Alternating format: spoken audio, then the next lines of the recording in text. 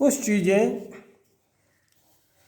दुनिया में यूनिवर्सल पाई जाती हैं, मतलब आलमगीर है, और वो है आलमगीर चीज़ पाप। दुनिया का ऐसा कोई कोना नहीं, कोई देश नहीं, या ऐसा कोई इंसान नहीं जिसकी ज़िंदगी में गुनाह नहीं है, बल्कि ये सब जगह पाया जाता है, हर इंसान की ज़िंदगी में है। और बाइबल में तो ये लिखा है कि सब ने पाप किया और सब परमेश्वर की महिमा से रहा था। रोमियो का खत 3:23 में ये लिखा, सब ने गुनाह किया। एक इंसान ने जब गुनाह किया तो लिखा कि उसके वसीले से पाप सारी दुनिया में फैल गया, सारी दुनिया में फैल गया, और इस तरह से पाप बढ़ता चला गया। गुनाह तो कई तरह के हैं, पर उनमें से ये गुनाह जो कि खून करना या किसी को चोट मारना, ये बहुत ख़तरनाक गुनाह है जो हमें बड़ी बड़ी मुसीबतों में डाल देता है। गुस्से में आकर इंसान कर तो देता है ऐसा कुछ, और बाद में पछताता है, बहुत पछताता है कि काश कि मैंने ऐसा ना किया होता। और हम ये देखें कि उसके बाद फिर इंसान को ये नतीजे भुगतने पड़ते हैं। पर बड़ी बात ये है पहली कि इसका शुरुआत कहाँ से हुई, मैं आपको बताना चाहता हूँ। ये गुनाह की आफत हुई तो इसकी शुरुआत आसमान में खुदा के फरिश्तों में और शैतान के फरिश्तों में लड़ाई हुई, और फिर उनको ज़मीन पर गिरा दिया गया, शैतान के फरिश्तों को और शैतान को। और उसने ज़मीन पर आकर इंसान को मिसलीड किया,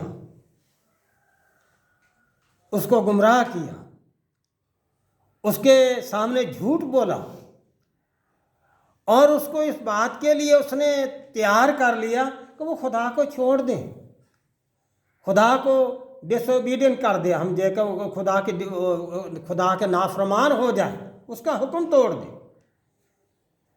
तो ऐसे तरीके से शैतान ने बातें की, तो इंसान ने खुदा के हुक्म अदूली कर दी, उसके हुक्म को तोड़ दिया, और उसकी वजह से इंसान की नेचर में पाप आ गया और पाप बढ़ता चला गया।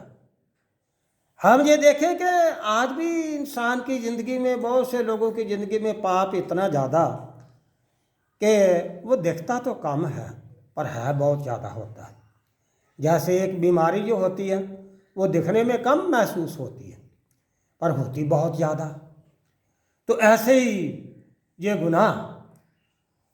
और हम ये देखें कि आज भी ये पाप फैला हुआ है। दूसरी बात मैं आपको बताना चाहता हूँ, इसका नतीजा क्या होता है, क्या नतीजा निकलता है पाप का। इसके रिजल्ट बहुत बुरे होते हैं। पहली बात तो ये है कि बाइबल में ये लिखा है, यूहन्ना की इंजील में, हर इंसान जो गुनाह करता है वो गुनाह का गुलाम है। पाप जो करता पाप का गुलाम, ये यीशु मसीह के शब्द हैं। मैं तुमसे सच सच कहता हूँ, हर इंसान जो गुनाह करता है वो गुनाह का पाप का गुलाम है। ये एक गुलामी की हालत हो जाती है। और गुलामी को आप जानते हैं गुलाम क्या होता है। गुलाम को जो मालिक कहे ये कर, तो उसने कहा हाँ जी है, उसका मतलब ये है कि उसको वही करना है जो उसका मालिक कहता है। नौकर नौकरी होता है, वो कुछ नहीं कह सकता। तो गुलामी की हालत में इंसान ऐसे ही करता है कि जो गुलाम होता है पाप का या शैतान का। दूसरी बात जो पाप का जो असर हुआ, जो रिजल्ट जो निकला, वो ये था कि इंसान की ज़िंदगी में जो प्रकाशन था, जो रेवोल्यूशन था, वो बिल्कुल ही कम हो गया, बिल्कुल कम। आप जानते हैं कि खुदा अपनी इमेज के वसीले से या अपनी शक्ल के वसीले से इंसान के साथ बातचीत करता। तो वो रेवोल्यूशन जो है, जो मुकाशा है, जो खुदा की जो बातचीत है, वो कम पड़ गई। हम में सुनने की वो इतनी ताकत ही नहीं रही, हमारा इंटरेस्ट ही नहीं रहा। तो ये हुआ एक पाप का प्रभाव, दूसरा बहुत बुरा प्रभाव। और तीसरा बात मैं आपको बताता हूँ कि गुनाह का प्रभाव ये है कि इंसान जो है उसका अपने जिस्म पर कोई कंट्रोल ही नहीं रहा। या हम ये कहें कि आत्मा का जिस्म पर कंट्रोल ही नहीं रहा। पहले कंट्रोल था, पर जैसे इंसान की ज़िंदगी में गुनाह आ गया तो उसका अपने आप पर कंट्रोल ही नहीं रहा। जैसे आप जानते हैं कि सारे जिस्म को कंट्रोल कौन चीज़ करते हैं? हमारा सिर, ब्रेन को कंट्रोल करता है। तो उसके कंट्रोल में सारा जिस्म चलता है। तो बिल्कुल ऐसे इंसान के जो कॉन्शियस है, या हम आत्मा कह लें, वो हमारे जिस्म को पहले कंट्रोल करती थी। अब उसका कंट्रोल रहा नहीं, कमज़ोर पड़ गया, बहुत कमज़ोर पड़ गया। इसीलिए पौलुस रसूल अपने वचन में ये कहता है कि जो मैं नहीं करना चाहता वो मुझसे होता है। तो आप ये देखें, ये है कमज़ोरी इंसान की, ये हुआ पाप का नतीजा। और यही एक वजह कि हम ये देखें कि इंसान जो है आज भी, जो इंसान अपनी ज़िंदगी में गुनाह रखते हैं या उनमें ज़्यादा कमज़ोरी है, बहुत ज़्यादा, तो उनके ऊपर कोई, उनका अपना आप पर कोई कंट्रोल ही नहीं है। कोई उनकी ज़िंदगी में प्रकाश है नहीं, कोई खुदा की रहनुमाई नहीं, और गुलामी की उनकी हालत है। और ये हालत बहुत बुरी है, बहुत बुरी है। पर हम ये देखें कि इस गुनाह से छुड़ाने के लिए, हर तरह के पाप से छुड़ाने के लिए खुदावंद यीशु मसीह इस दुनिया में आए। छूटना बहुत मुश्किल था इंसान का, गुनाह से, पाप से आज़ादी हासिल करना बहुत मुश्किल था। कई बार कई तरह के लोग कहते हैं ज्ञान हो या हम अच्छी नॉलेज हासिल करें या कुछ भी है, पर कुछ नहीं हो सकता है। पढ़ा हो या न पढ़ा, वो सब एक बराबर है, उनकी नेचर नहीं बदल सकती, और वो छुटकारा पा नहीं सकते अपनी कमजोरियों से, अपने पाप से। यही तो एक वजह थी कि खुदावंद यीशु मसीह इस दुनिया में आए, हमें इस पाप के बंधन से छुड़ाने के लिए, हमें आज़ादी देने के लिए। क्या शरीयत की तालीम हमारे पास नहीं थी? शरीयत की तालीम वो भी करीब वैसी चीज़ है जैसे कि आम लोग कई बार देते हैं, ये ना करो, ये भी कॉन्स्टिट्यूशन है, ये बिब्लिकल कॉन्स्टिट्यूशन है।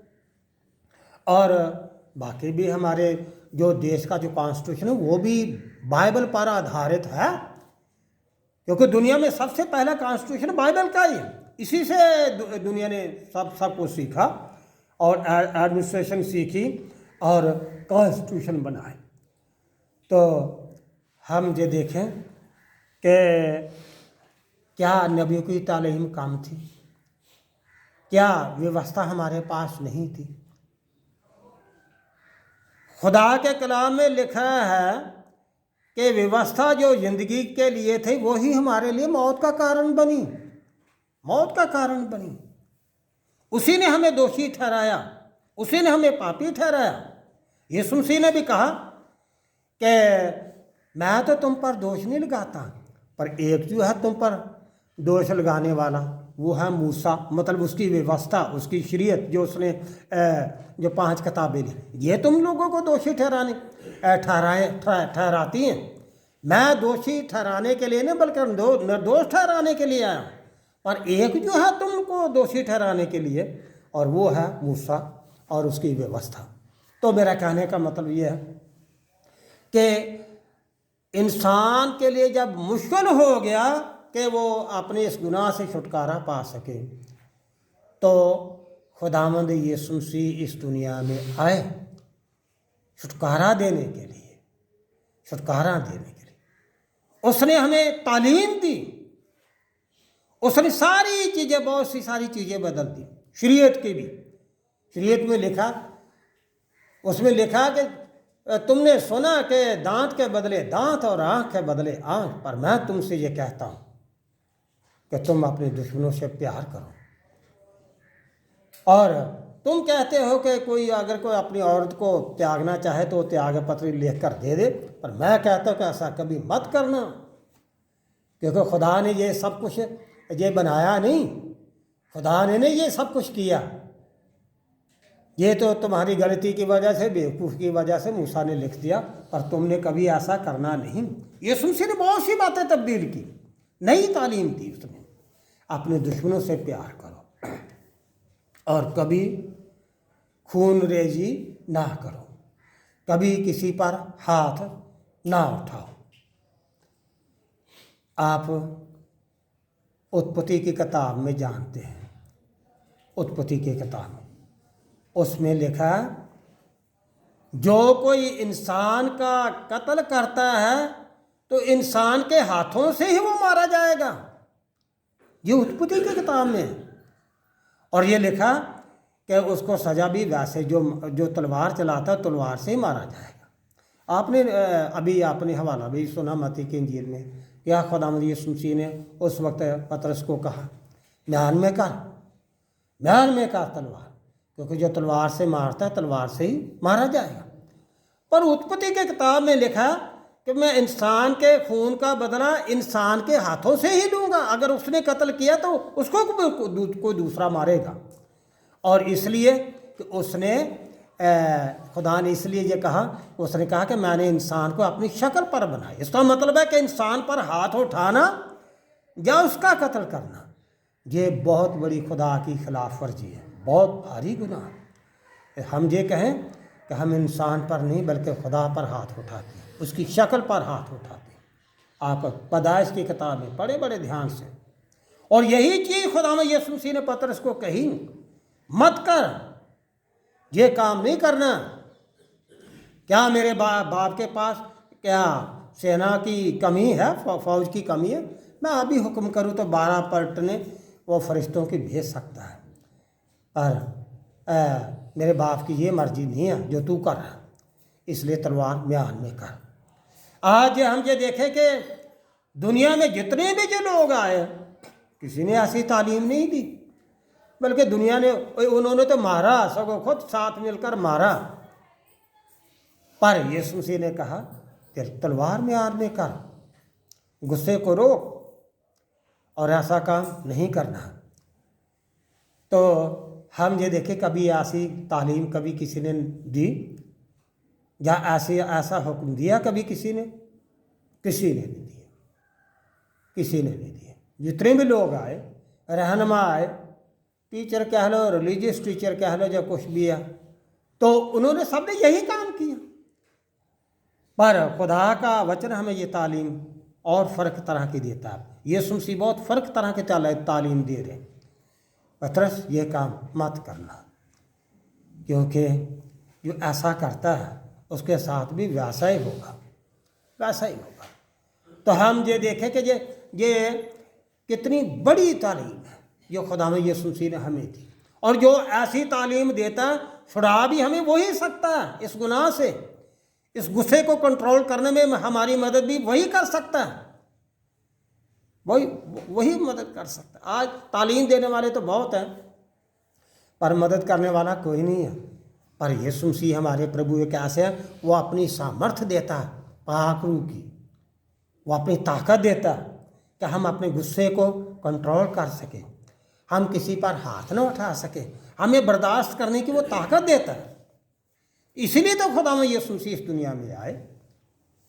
ताकि वो हमें इस गुनाह के बंधन से, इस गुस्से से और इस लड़ाई झगड़े से और खून रेजी करने से वो हमें बचाएं और हमारी मदद करें। सो हम ये देखें कि खुदावंद यीशु मसीह हमें इस दुनिया में इस गुनाह के बंधन से छुड़ाने के लिए आए, और हम इस बात के लिए खुदा का बड़ा ही शुक्र करते हैं, बड़ा शुक्र करते हैं। जबकि हमारा छुटकारा बहुत मुश्किल था, तो यीशु मसीह ने हमें इस दुनिया में आकर छुड़ाया, अब छुड़ाया। और इसलिए वचन ये फरमाता है कि जितने भी यीशु मसीह के रहनुमाई में चलते हैं, अब उन पर पाप की सज़ा का भी कोई हुक्म नहीं। जो विश्वास में है, जो जिनके जीवन प्रभु में है, अब उन पर पाप की सज़ा का कोई हुक्म नहीं। एक तो विश्वास के वसीले से एक प्रभु हमारा हमें इतनी शक्ति देता है, हम ज़िंदगी में ऐसा कोई गलत काम ना कर सकेंगे। वो हमें जो कंट्रोल हमारा जो कमज़ोर हो चुका है, वो हमें मजबूत कंट्रोल देता है, हमारी मदद करता है। तो हमें चाहिए कि हम हमेशा अपने आप को, अपनी ज़िंदगी को प्रभु के हाथों में दें और उससे दुआ करें कि खुदावंद तू हमारी मदद कर कि हम कोई भी ऐसी गलती या ऐसा पाप ना करें जो तेरी मर्जी के ख़िलाफ़ हो। खुदावंद आप लोगों को बहुत बरकत दे। आमीन।